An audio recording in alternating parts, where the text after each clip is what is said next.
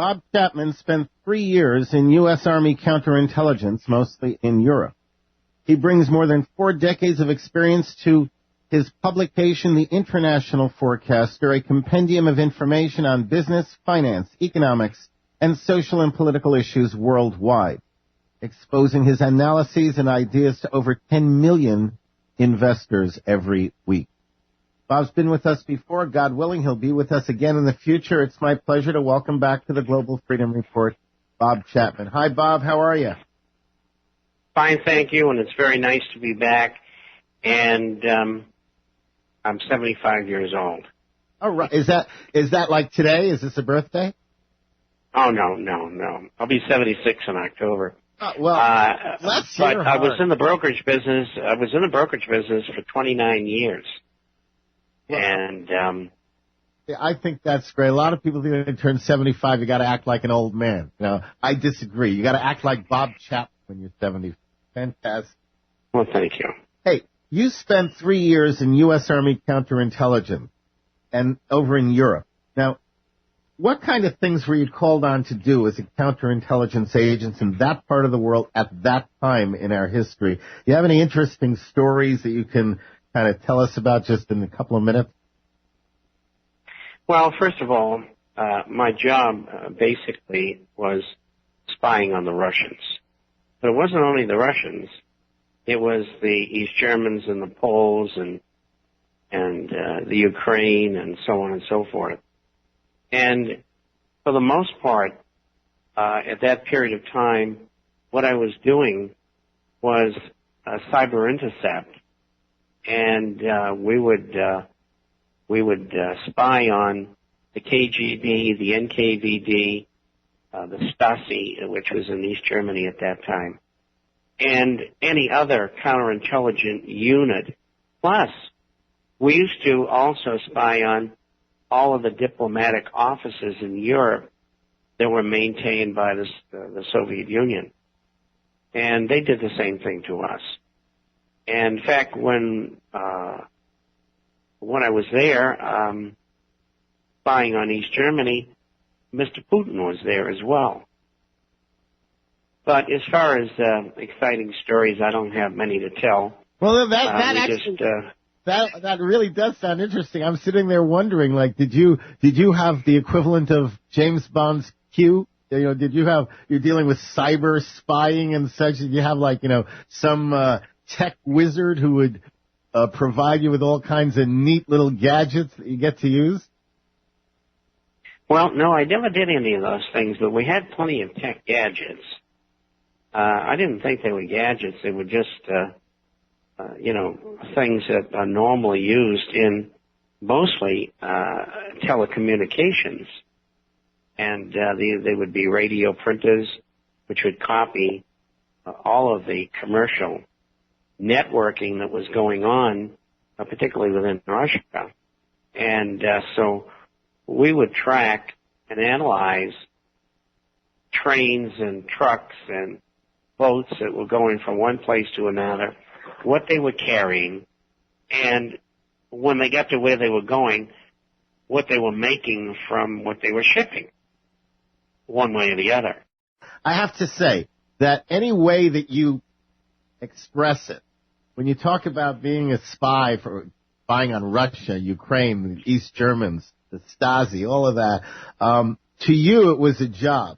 To the rest of us, it's romantic action entertainment. It's kind of like you see that house on the very top of the hill, and you really think that's a gorgeous house up there. But if you live in that house, it just seems to you like another house. Well, it was interesting. While involved, we were told that in the event of invasion by Russia or any of the other satellite countries, that we were the first ones to be shipped out before the women and children. And the reason for that is that our training was so intense and so expensive to the government at that time. We're talking about the early 1950s, $500,000 to train somebody. The average IQ was 150. So there were a lot of very brainy people there. And it was one of the most wonderful educations I could have ever had, because I was thrown in with people who had a lot to offer other people collectively. You know, they all came from different backgrounds. And in fact, one of the top people who retired a few years ago at the State Department was a roommate of mine. And he was invited to work for the CIA, and I was too, and I refused. He didn't. Yeah, they say once you accept for the company, you never stop working for the company. Ron Paul spoke on the House floor last week. He said the last nail in the coffin is being driven into American freedom. Do you think it's true? Do you see the United States being transformed into something its founding fathers would not recognize as sprouting from the seeds of liberty they planted? I think he's absolutely correct. I think he came out and said that in a format of telling us, if you can't or won't do anything to stop this, it's going to be very nasty for you. And Ron Paul is going to run for president, and if he doesn't or cannot get the Republican nomination, I think he'll run as an independent. And if for no other reason, even if he were to be defeated, for no other reason than to tell his side of the story to the American people so that they'll know what to expect. And America is past headed towards revolution. And I don't see any way to stop it. And it would be nice to have him at the helm if that happened, as opposed to others who, what we call elitists or members of the Illuminati. They're the ones who are running things. And they're just looting not only the United States but the entire world. They just can't seem to accumulate enough wealth fast enough. And, of course, the power that goes along with it. When Dr. Paul was speaking last week, he was referring in particular, though not exclusively, to the this new authority Congress basically granted the president to make war on anyone, anywhere, at any time, and for pretty much any reason whatsoever. Do you see the U.S. government becoming more and more of a war-making machine in which everything is predicated on its war-making capabilities? Yes, and that's done for two reasons. One is a major distraction.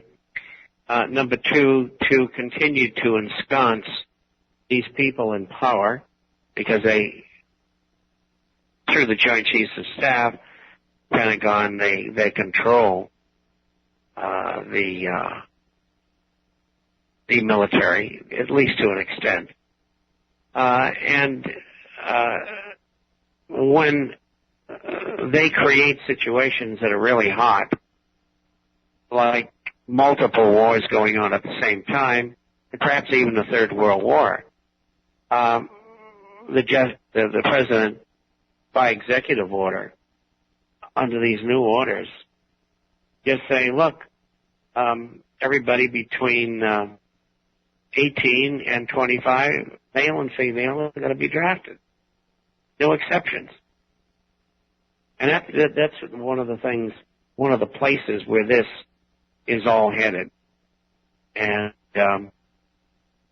I don't think that 60% of Americans or more realize that. Do you really? They don't know what's happening to them. Do you really think Americans would put up with the draft? Well, I don't think there's much of an alternative. I mean, if the government comes in and says, if you don't go when called, they will come and find you and put you in jail, and they'll keep you there for a long time. Other nations are going to be involved in warfare in behalf of the United States, probably Australia, New Zealand, and Canada. And so you can't send your children off to those places. Now, there will be places you can send your children off to. And I'm not going to talk about on the air, because when the time comes, I'll be hiding people. There you go. And I'm quite good at it. Just a second. Folks, what he just said, this is exactly the proper way to do things. You don't put all your cards out on the table all the time.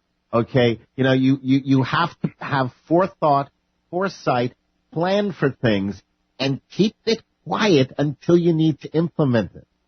Thank you for saying that. Well, you never let the enemy know that you're going to destroy them one way or the other. And you see, you don't call them up and say, Mr. Enemy, I've had enough. I'm going to come and chop your head off. You don't do that. And you know that. You wait until the actions take place, and you walk up behind that nation with a meat cleaver and start your work. And that's what I'm trying to teach to the listeners as well, that kind of strategic thinking, because it's obvious to you. You've been trained to think that way. It's not obvious to most others. Remember, the American Revolution was not fought by soldiers. It was fought by farmers. And they did a wonderful job, that 5% of them. And, you know, about 60% of the people in the country were against them. Most people don't realize that. Oh, yeah. Oh, they were pretty much, hey, leave us alone. Don't bother, don't upset our apple cart. They were the sheeple of the day. The people think sheeple is a new thing. No. They've been around for a long time. I have a Libya question for you. Libya continues to be the focus of NATO attack. The U.S., Britain, France, they've all come out and basically said Gaddafi has to go. Now, considering the UN resolution specifically does not call for regime change, why are NATO and the U.S. being allowed to get away with this clearly illegal expansion of the invasion of a sovereign nation? There are no rules anymore. The rules are only what they make. And it's as simple as that.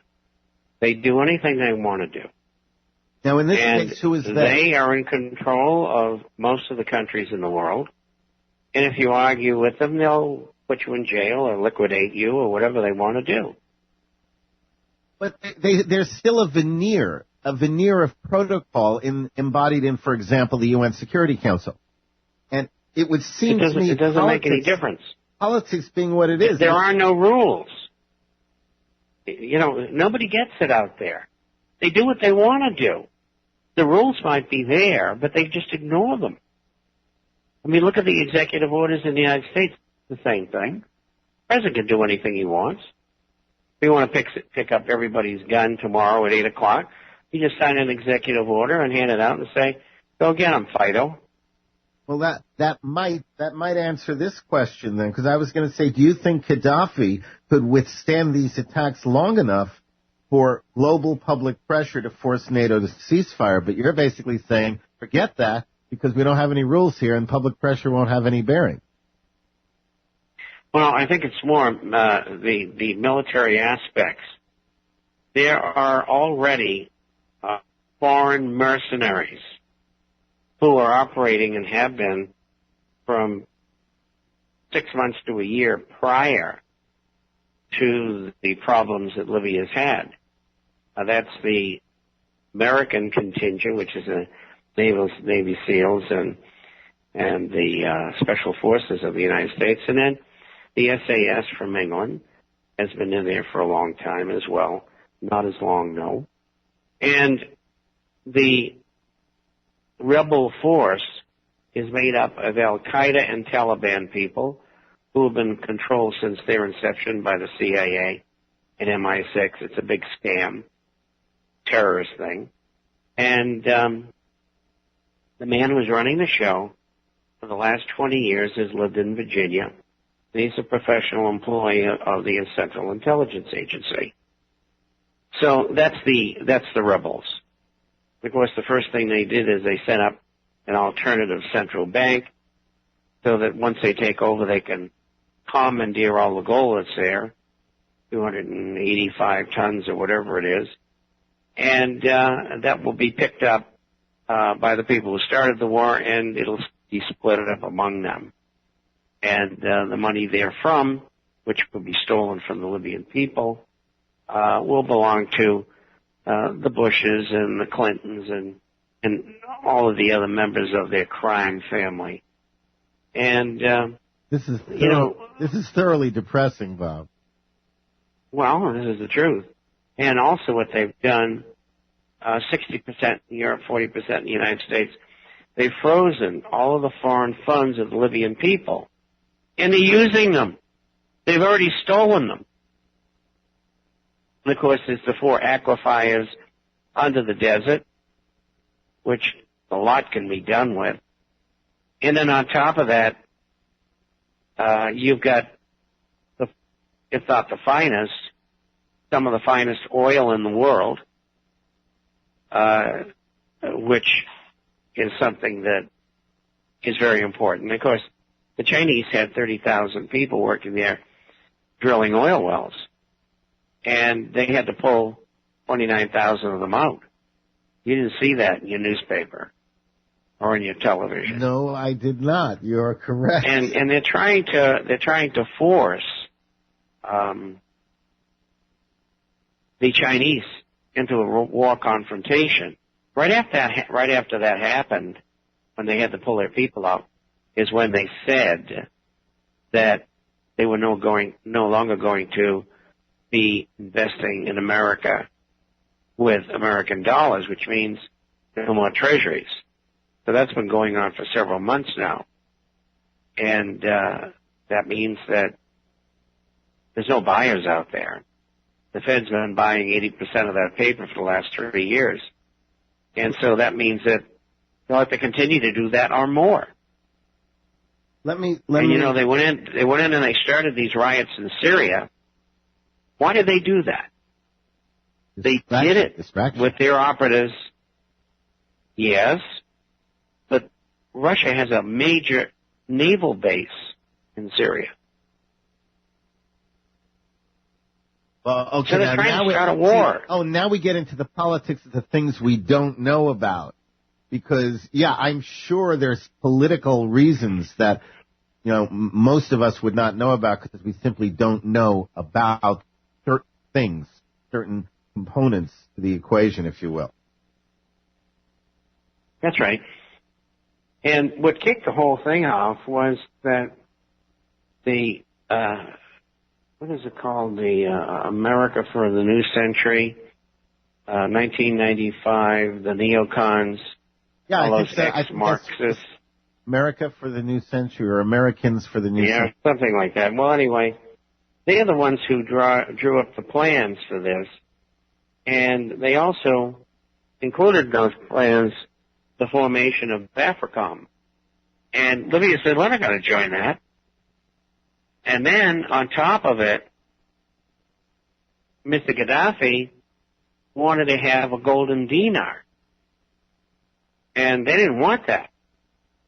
And so that's another reason they wanted to kick him out. And, of course, they've frozen all his funds, too, which is about $50 billion. So let me segue from Gaddafi, because you just mentioned the gold dinar, and recently George Soros sold a tremendous amount of his gold, precipitating pretty much a drop in the price of the precious metal. Since then, it's come back in price, though silver has rebounded at a slower pace. Why did Soros sell his gold then, and where do you see gold and silver prices moving overall by the end of the year, this year? Well, actually, Soros sold his gold in February and March, and that was a couple of months before this fall. Well, what he did, though, was he made sure everybody in the world knew about it.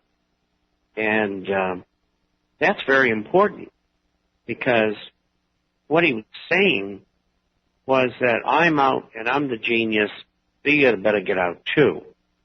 Well, that made it easier for the U.S. government, JPM, GS, Citigroup, HSBC, Deutsche Bank, to attack gold and silver, and that's what they did.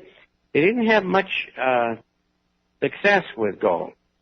They only got it down 40, 50, 60 bucks, which is nothing. In fact, it's very close to its high right now. Yeah, it's now back in the 15 something, and it was down into like 1350, I think. No, it don't only get on to 1480. Intraday 1472. It closed in the outside month $1,539, and the spot market was a little bit stronger than that today. But the main point here is that they didn't have much success with gold. Now, silver they did. Now I'll tell you how they did it. The CME owns COMEX. It's my guess the CME was part of a conspiracy with the government and the other brokerage firms I've mentioned, all of which are banks. And what they did is, as a preliminary, they raised margin requirements per contract from 4,500 over about a 2 or 3 week period to 9,500. Over a 9-day period, they raised margin requirements by 5 times, highly unusual, and they moved them from 9,500 to 21,600 per contract. And then, simultaneously, miraculously, all of the big commodity houses doubled the CME contract margin to 42,000, as if some little bird had flown around and told them all, this is what you're supposed to do. Of course, we all know what went on. The government called them all up and said, this is what we want you to do, and they did it. Now, they wiped out all the small investors, not all of them, but most of them. And they wiped out probably 3/4 of the medium-sized investors. Now, that's bad because that effectually ran gold down to an intraday price of $32.50 an ounce. Most people call 33 the bottom, and I think they're right. Today, silver had a rocky day. It was off 164 at 36.66. Much easier to manipulate than gold because it's a very, very thin market. Would you be willing to offer a speculation by the end of this year where gold and silver, where we will find them? $16.50 on gold's easy. It's only $120 away. Possible, depending upon events, we could see 2,000. Very possible. About silver? Silver will attack 50 and go right through it. Wow. And go to 55, 60, it'll back and fill, and then launch probably to 70 or 80. And there's a big short position. We don't know how big it is because we can see the position on the COMEX, but we can't see the derivative position. So we don't know how bad off they are. But I figure right now they're offside, HSBC and JPM, probably around $80 billion. A question from the chat room. Has the United States effectively abandoned Israel? Not at all. Not at all. They're deeply entwined with that government, and that's not going to stop. And quite frankly, I think that the European and American illuminous interests would sacrifice Israel in a heartbeat. I mean, they did that when they allowed Adolf Hitler, who they were financing and who they helped put in power, to go after the Jewish people, to steal all their worldly goods and get rid of them. And the same group, stood there and watched. Oh, yeah. They weren't for saving anybody. Globalists would sacrifice anybody. There's no such thing as respect or loyalty. What do you make of the recent royal snubbings of Obama by Queen Elizabeth II? Obama had the temerity to attempt to take over a royal reception by proposing a toast outside of royal protocol. The Queen ignored him twice. Does this have any significance? Well, I think two reasons. I think from her point of view, he's a subhuman, and a dumb one at that. And the second thing is that she had every right to snub him for doing something so stupid. But that's to be expected because people who are presidents of the United States, for the most part, are dummies. They do what they're told. If they're not, they kill them. I want to make sure people know they can get a free copy of the International Forecaster. That's Bob's publication. Free copy by calling toll-free 877-479-8178. That's 877-479-8178. Or just visit the website at www.theinternationalforecaster.com and get your free issue. Bob, it's never enough time with you, okay, but I really appreciate your joining us today to lend us your experience and insights. Well, thank you very much, and I'll be happy to come back, and thank you all for listening, and I have lots of fun doing it. Thanks a lot. Bob Chapman, the International Forecaster, www.theinternationalforecaster.com.